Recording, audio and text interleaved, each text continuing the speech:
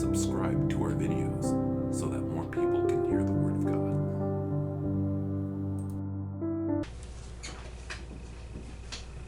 Good morning and welcome to 5 Minutes a Day in the Word, and welcome to Tuesday, and welcome to chapter 2 of the book of Ruth.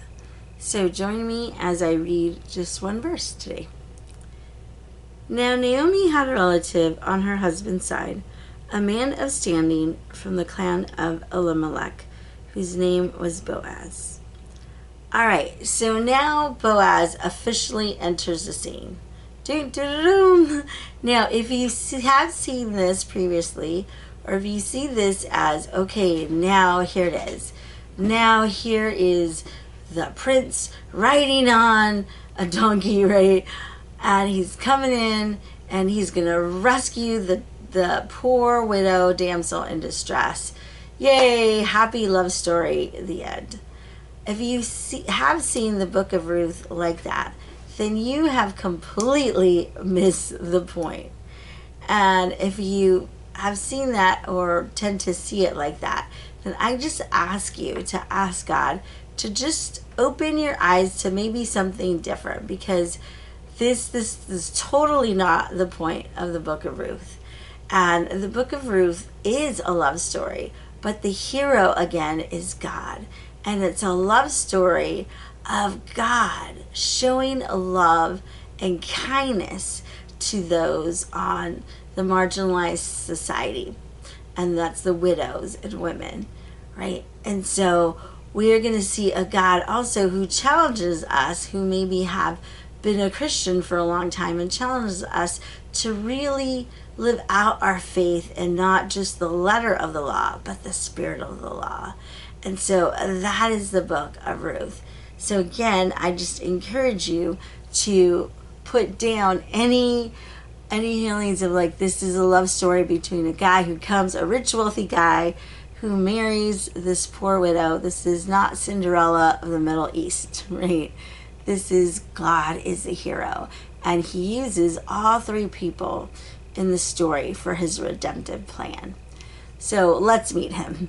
So what we know about him is he is a relative of Elimelech, and that's going to be important for later. Just going to put that in your mind, if you might already know why. And we know he's a man of standing, so he's wealthy, he has land.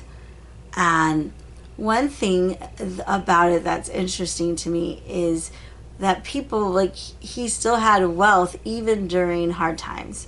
So Elimelech took his family out of Bethlehem, but God still was faithful. People still had food. People still, were prosperous. And so here's Boaz, who stayed, and he was in a lot better position than Elimelech.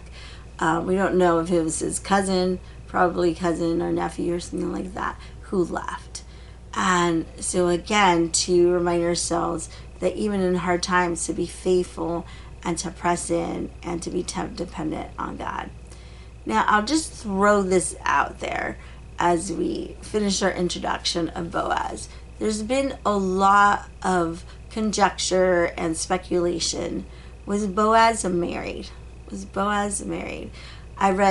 I've been studying this book for a year, and I've been hesitant to share it because I just wanted to do it justice. But so in my reading and my studying, there's all different views. So some said no, he was single, and most of what I've read said that he had to be married and had to have children because he was a man of standing and he was an important person in that community.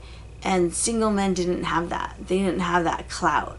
It was only like married men with children and most likely male children, right? And we know that he was older.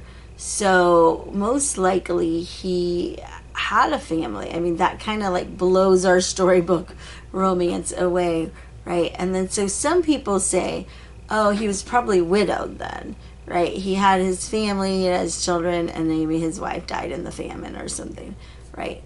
But then also there's another thing that that he could that in that society they had, second and third wives. And with this provision that God made of having the women cared for and having the kinsman redeemer, which we'll talk about more later. I don't want to throw it all out there.